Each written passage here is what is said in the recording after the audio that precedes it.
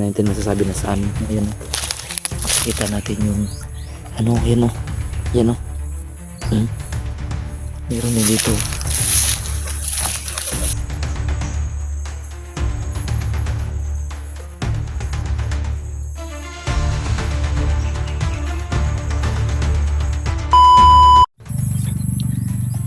So hello, what's up po sa inyong lahat mga kaidol. Isang mapagpalang araw po sa inyong lahat dyan mga kaidol, no? So narito na naman tayo ngayon sa bundok mga kaidol, no? Para magpatuloy sa pagtugis sa mga masasamang tao mga kaidol, no? So tulad ng nalaman yung mga kaidol, problema na naman ito mga kaidol, no? Kasi si Rigor kinuha ng mga kalaban, no, sa barangay hall, no? Maraming nasugatan sa mga barangay tanod, pero nagpapasalamat tayo kasi walang masamang nangyari sa kanila. At papasalamat din tayo kasi nakausap natin yung taga barangay na babayaran na lang namin paunti-unti yung mga na-damage, no? Kasi hindi naman yun magkaganon kung hindi dahil sa amin na nilagay namin doon si Rigor.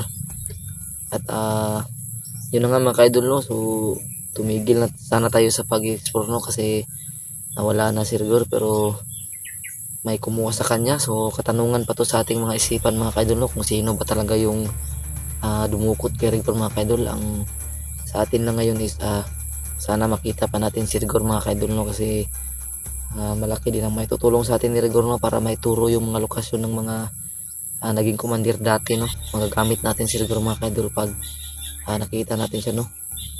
Alam kong nasa loob lang ng hypnotismo yung batang yun. At sana talaga.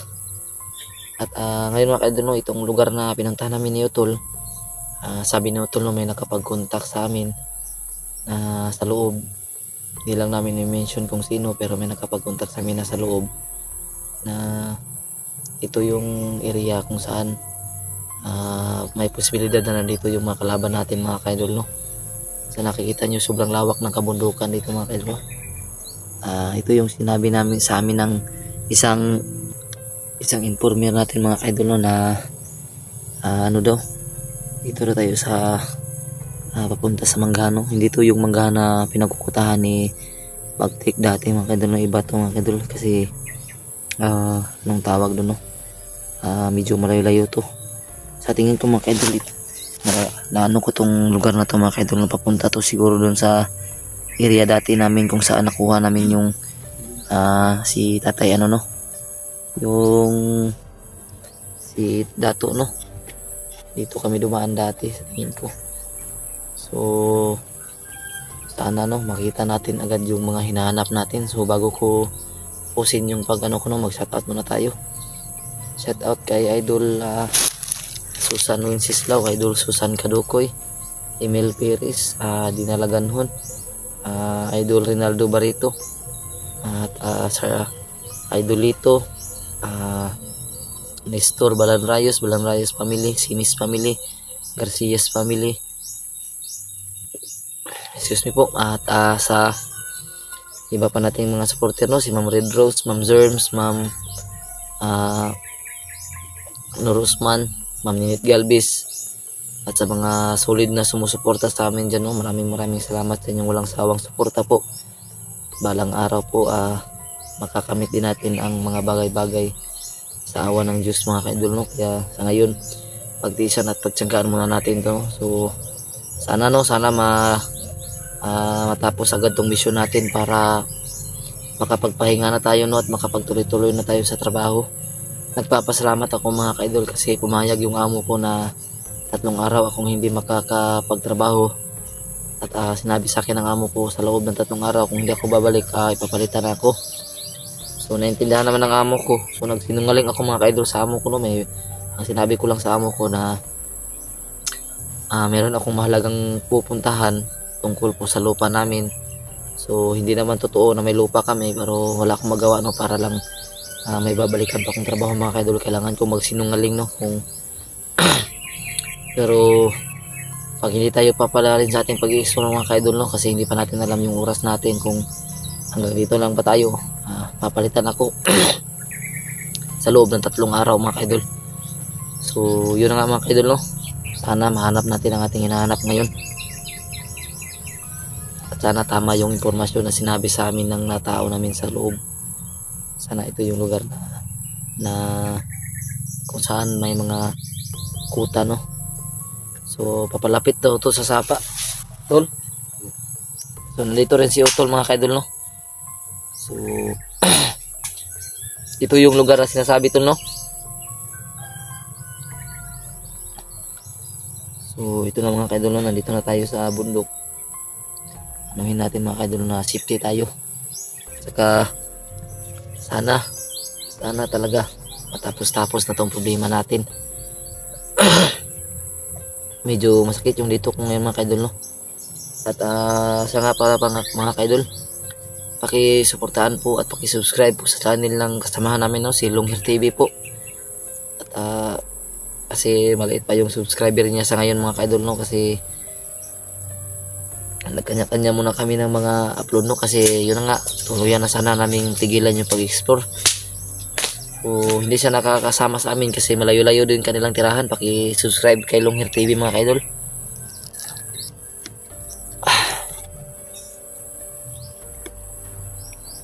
Dala mo yung holy water sa bag mo, tol? Yung punyal, nadala mo rin? So yun, mga kaidol, no? Si Utol yung may dala sa mga importanteng bagay kasi makakalimutin ako, mga kaidol. Itong punyal na to ay binigay ito ng isang albularyo. Ito yung punyal na binigay ng isang albularyo, mga kaidol. Kailangan isaksak ko sa kanyang puso. Ano siguro, tol? Tingin ko yung punyal na yan ba? May binigay na, may nilagay na may nilagay na orasyon at basbas.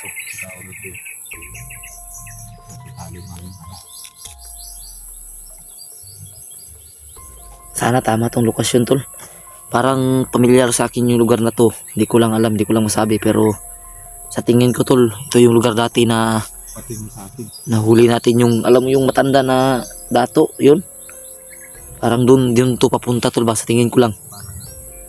Pero hindi naman posible na ito yung lugar na yun kasi talagang sobrang dami ng kumukuta dito ng mga masasamang tao. Hindi lang bandido, pati na yung mga nagtatago sa syudad ba. Hinahabol ng mga kapulisan. Meron din dito, tol. Ang nakakatakot niya masyado na nagbabarat. Yun na nga yung ko, kinakatakot. Pagkain kayo sa kasi dalawa lang tayo. Busy din sila, meron din silang mga kanya-kanyang pamilya, mga kaidol. Kailangan lang maghanap ng makakain. At malayo din sila sa amin, mga kaidol, no? Kaya sana maintindihan nyo po. Pakisuportahan na rin sa kanila. Sobrang napakatahit ng lugar. Dito, Bilang tatay. diri pa lang daan, tol. Ita mo kumpiyansa daan kaya na yung mga tanong mo. Lagi ni tao diri, puro ita kakuan rin kung sibilyan lang ang tao. Itong mga tanim na lubi at saka mais, mga kaidol, hindi kami sigurado ni time kung isang sibilyan ng mga tao o kaya bandido ang Sa atin lang is mag-iingat tayo. Mag-iingat lang tayo. So yun ang mga kaidol, no? Kailangan natin mag-double ingat ngayon kasi dalawa lang kami. At hindi pa natin alam kung sino yung maging kalaban natin, no? Ang pinagtataka ko lang talaga, tol, ba, kung ano talaga yung pakay nila kay Rigor. At sino talaga yung kumuha.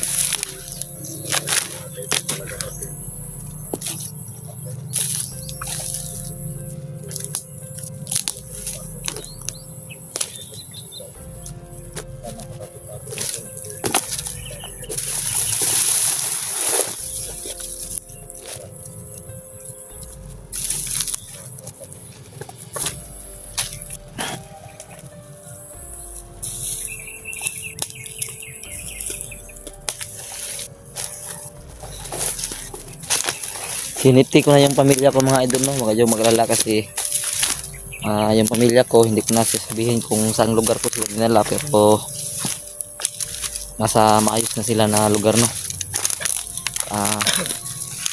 Sa loob lang ng 3 araw yung limit natin, no? Pag hindi natin na yung mission natin, titigil na kami sa pag-explore, mga idol, kasi hindi namin isasakripisyo yung buhay namin dahil lang sa ibang tao, no? Natulungan na naman sila dati pero sila yung may desisyon. So huling explorasyon na to namin mga ka-idol sa ano no, bundok siguro. Sana maging successful to mga idol. Totoo yan tol. Ayun naman tayo, na tayo.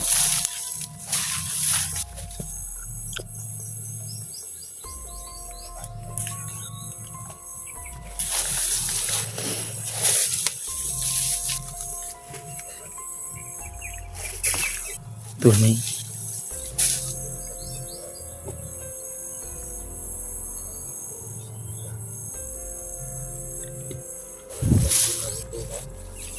Abandonadong manggahan to kasi masyado ng ano, mataas yung mga damo.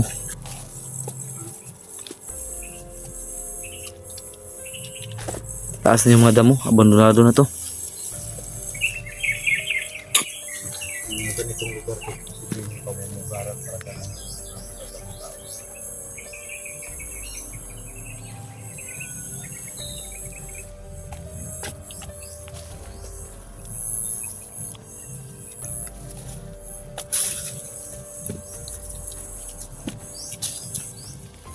So, sa tingin ko itong simento na to mga kadol, ginawa to ng nangyari siguro dati dito sa bundok kasi hindi pwedeng makadaan yung sasakyan dito pag pinabubunga siguro itong mangga na to.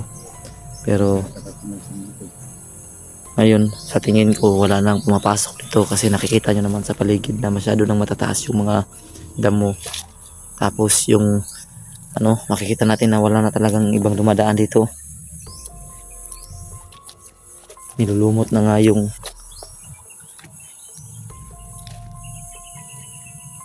kumpiyansa tol. Kumpiyansa. Nailain dalang, nailain niya agil tol. so parang may mga Apak oh. may mga bagong yun. Ano bago man yun? Bagong pa yun. Bago. So, posible. So, hindi tayo sigurado dito tol kung Hindi tayo man. yan ba o Pero wala ko dito. dumaan nito. Yan mga kadol. Kahit hindi pa kami dumaan dyan oh. Hindi natin masasabi na sa amin. Ayan oh. Makikita natin yung ano, yan oh. Yan oh. Meron din dito. Mga bakas oh, yan oh. Ingat tayo tol.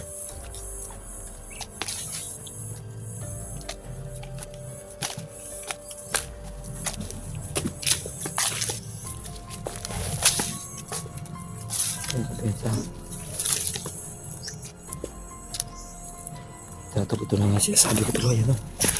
Ano? Apak ko. Yan medyo. Yan o. Bagong isang ano ng boot.